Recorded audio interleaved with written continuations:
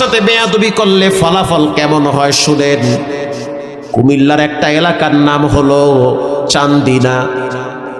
ওই চান্দিনার একজন লোক আছে, তিনি হলো ডাক্তার, থাকে ঢাকায় মুগদায়। তিনি আমাকে বলল, হুজুর মায়ের সাথে বেয়াদবি করলে যে কি হয় এটা আমি চোখ দিয়ে দেখছি। প্রতি জুমায় তিনি আমার মসজিদে নামাজ পড়ে। ডাক্তার মানুষ, MBBS ডাক্তার, অনেক বড় সম্মানী ব্যক্তি। তিনি বলল, হুজুর আমার বাড়ির পাশে এক মহিলা তার বাচ্চাকে নিয়ে অনেক কষ্ট করে বড় হয়েছে। বড় হওয়ার পরে স্বামী মারা গেছে। স্বামী মারা যাওয়ার পরে স্ত্রী দ্বিতীয় কোনো স্বামী গ্রহণ করে নাই। বাচ্চার চেহারার দিকে তাকাইয়া সৌন্দর্য, রূপ, লাবণ্য, যৌবনকে বিসর্জন দিয়েছে।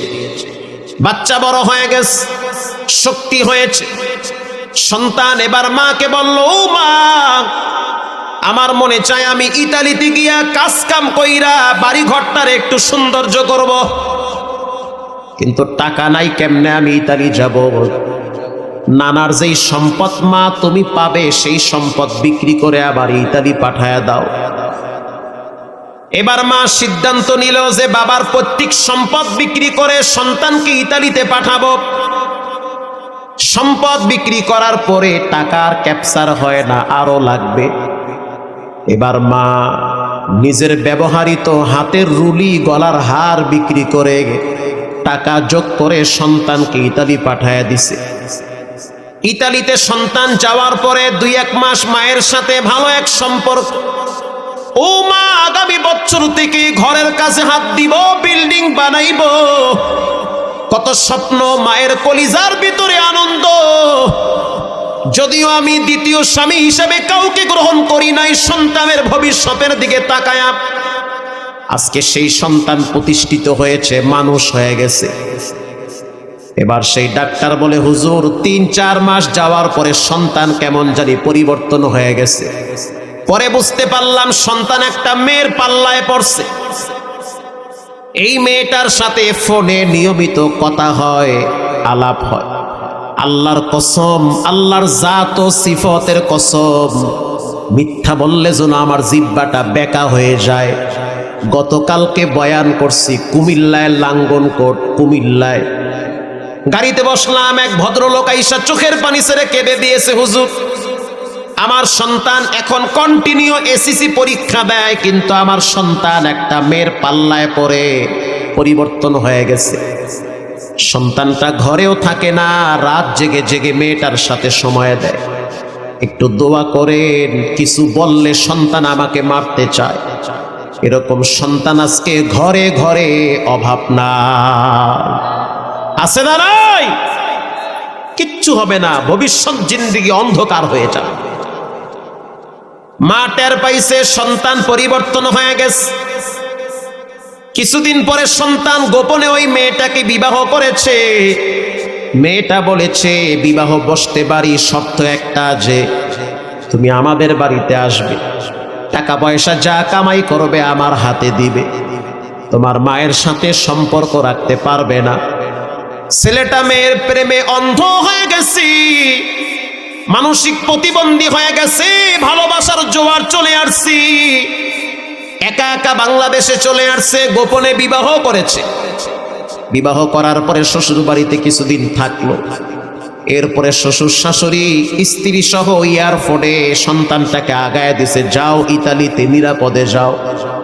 কারণ শ্বশুর শাশুড়িও টের পাইছে টাকার গাছ, মসমসা টাকা কামাই করে, এরই তো দরকার। কথা ঠিক না ব্যাঠি? এরই তো দরকার।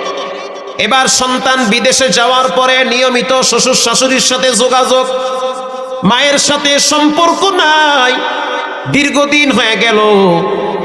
মা তো রাত্রিবেলা চোখের অশ্রু যায় নামাজে ধরায়, আর বলে, আল্লাহ কেমন সন্তান দিলা, কত স্বপ্ন, কত চিন্তা ভাবনা, সব তো মাটি হয়ে গেল, খাও নেই তো পেটে জুড়ে না। হঠাৎ একদিন মা শুনতে পাইল যে আমার সন্তান গ্রামে আসতেছে।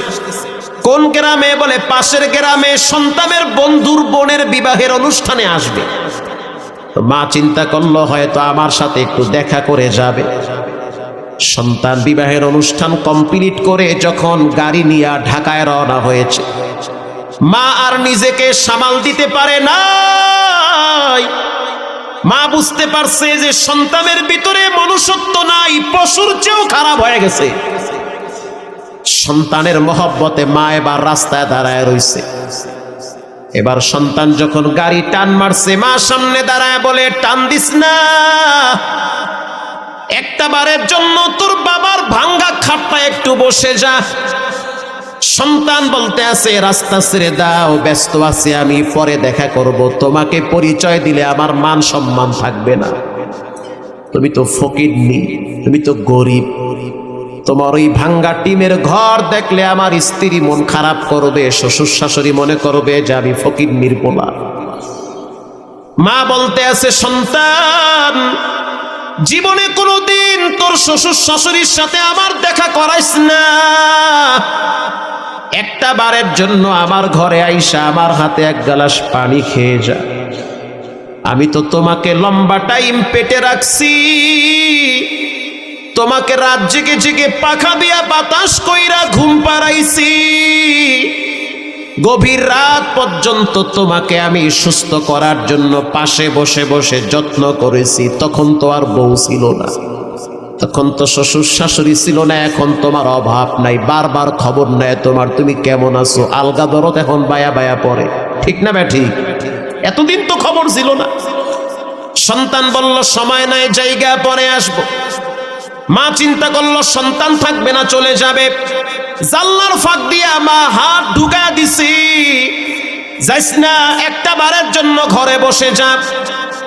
সন্তান এমন নিষ্ঠুর পাশাদ, মাকে এমন জোরে একটা ধাক্কা মারছে, গাছের সাথে গিয়া মা পড়ে গিয়েছে। বাড়ি খাওয়ার সাথে সাথে মায়ের কপালে প্রচন্ড আঘাত পাইছি, রক্ত বায়া বায়া পড়ছে। তারপরেও মা চিল্লায় চিল্লায় বলতে আছে, আল্লাহ, ও আমারে যদিও কষ্ট দিছে, তুমি রাগ কইরা ওরে কষ্ট দিও না। যদিও আমার কপাল থেকে রক্ত ঝরাইছে, তুমি রাগ কইরা শাস্তি দিও না। কারণ সমস্ত কিতাব হাদিসে লেখা, মাকে কষ্ট দিলে বেশি দিন আরামে টিকতে পারে না। সন্তান তো বিদেশে চলে গেল, এদিকে মা যাযাবরের মতো জীবন পার করতেছে ঘরে। মাসখানেক পরে ডাক্তার বলতে আছে, হুজুর, এই মহিলাটা আমার বাড়িতে আসছে রাত্র ৩টায়, আইসা দরজায় লক করতে আছে, ডাক্তার একটু খবর নিয়ে দেখেন আমার সুমন কেমন আছে। ডাক্তার বলতে আছে, রাত্র ৩টা বাজছে, সমস্যা কি? বলে, আমি তো একটা খারাপ স্বপ্ন দেখছি।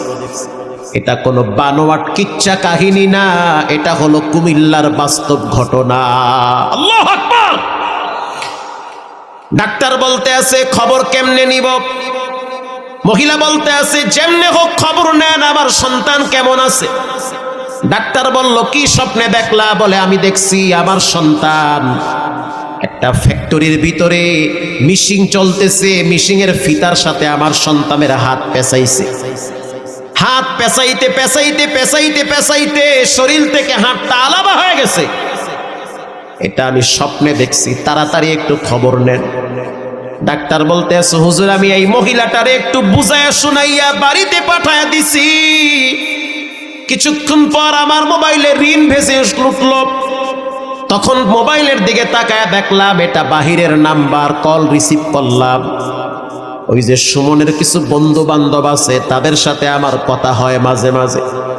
একজনে ফোন দিয়া বলল, সুমনের অবস্থা খারাপ, ফ্যাক্টরির ভিতরে, জুতার ফ্যাক্টরির ভিতরে দাঁড়ায়া দাঁড়ায়া ডিউটি পালন করতেছিল, চামড়াগুলা পল্টাইতেছিল ফিতার সাথে। একটা সময় দেখা গেল হাতটা হঠাৎ ফিতার সাথে ঢুকে গেছে, ফিতাও ঘুরতেছে, দেহটাও ঘুরতেছে, হাত ঘুরতেছে, ফিতাও ঘুরতেছে, বডিটাও ঘুরতেছে। একটা সময় আঘাত করে করে দেহ থেকে হাতটা ডিসকানেক্ট হয়ে গেছে, আলাদা হয়ে গেছে। রক্তাক্ত বটি নিয়ে রাস্তায় পড়ে আছে। হসপিটালে নেওয়া হয়েছে, অবস্থা খুব খারাপ, অনেক রক্ত লাগবে। স্ত্রীকে টেলিফোন করা হয়েছে, স্ত্রী এখন ফোন রিসিভ করে না। শ্বশুর শাশুড়িকে ফোন করা হয়েছে, কেউ রিসিভ করে না, কারণ বুঝতে পারছে টাকার বাক্স নষ্ট হয়ে গেছে। বুঝতে পারছে। প্রিয় ভাইরা আমার, সকালবেলায় মহিলার কাছে গিয়ে বলল, মা টেনশন করবেন না, দোয়া করেন, দুর্ঘটনা ঘটছে ঠিক। মহিলা বলতে আছে, ডাক্তার আমি তো আমার সন্তানের অভিশাপ দেই নাই, আমি তো বরদোয়াও দেই নাই, তো কেন এমন দুর্ঘটনা ঘটলো? আমি বারবার বলছি, আল্লাহ যত কষ্ট আমি মা সহ্য করব, কিন্তু আমার বাচ্চাটার জন্য কোনো কষ্ট না হয়। এই সন্তান দীর্ঘদিন চিকিৎসা করলো, ঢাকায় উত্তরায় ফ্ল্যাট ছিল, সেটা বিক্রি করার পরেও চিকিৎসার টাকা জোগাড় হয় না। গোপনে যত ব্যাংক ব্যালেন্স ছিল সব শেষ করলো, তারপরও চিকিৎসার টাকা হয় না। স্ত্রীকে ফোন করে বলল, কিছু টাকা দাও, তোমাকে তো আমি লক্ষ লক্ষ টাকার গোল্ড দিয়েছি, স্বর্ণ দিয়েছি। স্ত্রী বলল, দিয়েছো ঠিক, তবে এখন দিতে পারবো না, তোমাকে আমরা চিনতেও চাই না। সম্পর্ক নষ্ট হয়ে গেল। গ্রামে চলে আসছে, মা এয়ারপোর্টে গিয়া বসে আছে আর বলতে আছে, সন্তান সবাই তাড়ায়া দিতে পারে, আমি মা তোমারে তাড়ায়া দিতে পারি না। এখন এই মায়ের ঘরেই থাকে। কয়েক বছর আগে সন্তান দুনিয়ার থেকে বিদায়। সবে বরাতের রাত, ও মা বাবার অবাধ্য সন্তান, যারা বেয়াদবি করেছ, যাদের উপরে মা বাবা কষ্ট নিয়ে আসে, গোপনে মাপ চাও, তা না হলে সুন্দর জীবন টিকবে না, এলোমেলো হয়ে যাবে, ভবিষ্যৎ অন্ধকার হয়ে যাবে। যাদের টাকনুর নিচে প্যান্ট আছে তাদের দোয়া কবুল হবে না। সবে বরাতের রাত্রে তাদের ক্ষমা নাই। যাদের টাকনুর নিচে ইজারি ফিন্নার, আল্লাহর রসুল বলেন, যারা টাকনুর নিচে লঙ্গি পরে, প্যান্ট পরে, এটা ডাইরেক্ট জাহান্নামে পাঠায় দিবেন কে? হঠাৎ ঝুলে গিয়েছে এক হিসাব, বা হঠাৎ প্যান্ট একটু নিচে নেমে গিয়েছে, টাকনুর নিচে ঝুলতেছে আর এক হিসাব। কন্টিনিউ সৌন্দর্য বাড়াবার জন্য টাকনুর নিচে প্যান্ট ঝুলে আছেন, পায়ে হাত দিয়ে বলি এটা জায়েজ নাই, হারাম। পায়ের নিচের অংশটুকুন ডাইরেক্ট জাহান্নামে যাবে। হাদিসে আসছে, ইজারি ফিন্নার, ডাইরেক্ট জাহান্নামে যাবে ওটা। নাউজুবিল্লাহ বলেন।